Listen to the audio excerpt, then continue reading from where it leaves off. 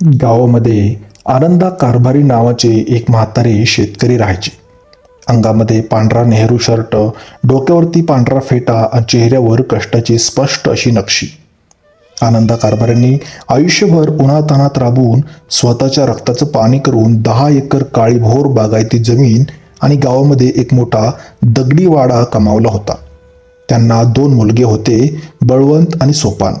दोघांची लग्ने झाली होती, पण दोन्ही सुना शहरामधल्या, भपकेबाज आणि गर्विष्ठ या अशा त्या स्वभावाच्या होत्या. हळूहळू दोन्ही मुलांना सुद्धा शहराची चटक लागली. त्यांना गावातली शेती, माती आणि म्हातारा बाप म्हणजे निव्वळ ओझं वाटू लागलं. एक दिवस संध्याकाळी आनंदा कारभारी वाड्याच्या पडवीत बसून तंबाखू मळत होते. तेवढ्यात दोन्ही मुले आणि सुना समोर येऊन उभ्या राहिल्या. मोठा मुलगा बळवंत कडाडला, बाबा आता हे रोजचं नाटक नको. आम्हाला आमचा हिस्सा स्वतंत्र हवा आहे. तर 10 एकर जमिनीची आणि या वाड्याची आत्ताच्या आत्ता 2 समान हिस्से करून वाटणी करून टाका. आनंद कारभाऱ्यांनी चष्म्यातून मुलांकडे पाहिलं. त्यांचा हात क्षणभर थांबला. ते हळूच म्हणाले, लेकरांनो, मी अजून जिवंत आहे रे. मी मेल्यावरती ही काळी आई तुमचीच आहे ना? मग आत्ताच कशासाठी वाटणी हवी? लहान सून पुढे होऊन फणकारली, आम्हाला तुमच्यासोबत राहायचं नाहीये. वाटणी करा आणि मोकळे व्हा. आनंदा कारभाराच्या काळजात चर्र झालं. ज्या पोरांना खांद्यावर खेळून मोठं केलं, तीच पोरं आज बापाला पर्क करत होती. कारभाऱ्यांनी गप्प मान खाली घातली आणि शांतपणे म्हणाले, ठीक आहे, उद्या सकाळी पंचांना बोलवून वाटणी करून टाकू. दुसऱ्या दिवशी सकाळी गावची पंचायत बसली.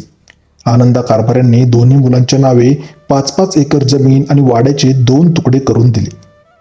कागदावरती सह्या झाल्या आणि दोन्ही मुलांच्या अंगात जणू भूत संचारलं. सोपान रागाने म्हणाला, बाबा आता वाटणी झाली आहे.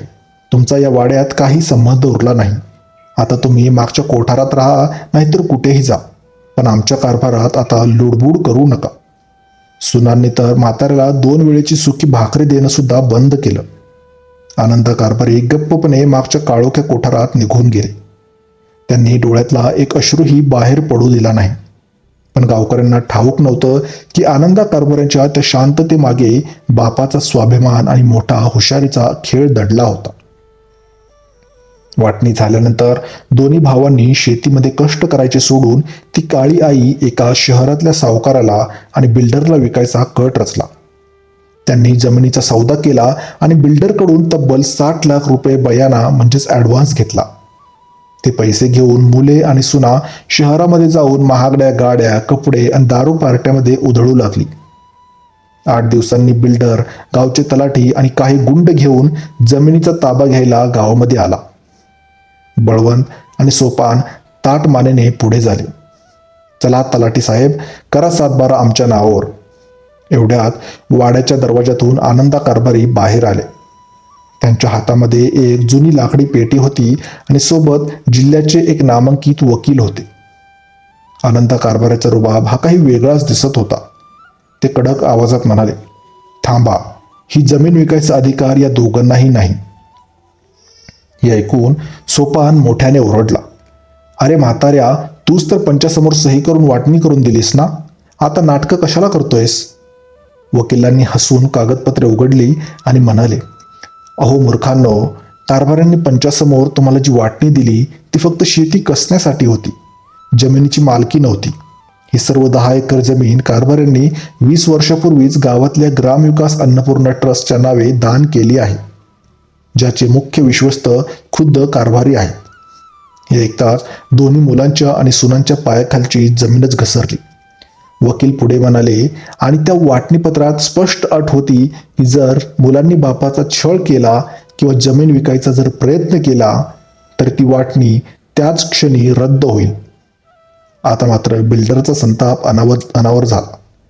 त्याने बळवंतची कॉलर पकडली आणि माझे 60 लाख रुपये आत्ताच्या आत्ता परत कर, नाहीतर तुम्हा दोघांना आणि तुमच्या बायकांना जिवंत गाडेल अशी धमकी दिली. मुलांकडे आणि सुनाकडे 1 रुपयाही उरला नव्हता. सगळे पैसे त्यांनी शहरामध्ये उधळले होते. दोन्ही मुले आणि सुना पंचाच्या आणि कारभाऱ्यांच्या पाया पडू लागली.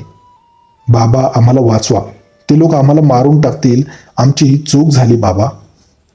आनंदा कारभारींनी अतिशय शांतपणे आपल्या धोत्राचा सोगा सावरला आणि ठामपणे म्हणाले, मी तुम्हाला जन्म दिला, लहानाचं मोठं केलं, पण तुम्ही माझ्या प्रेमाचा लिलाव केला. जमिनीची माया केली पण बापाची दया केली नाही. मी सावकाराचे पैसे भरतो आणि तुमची सुटका करतो, पण माझी एक अट आहे.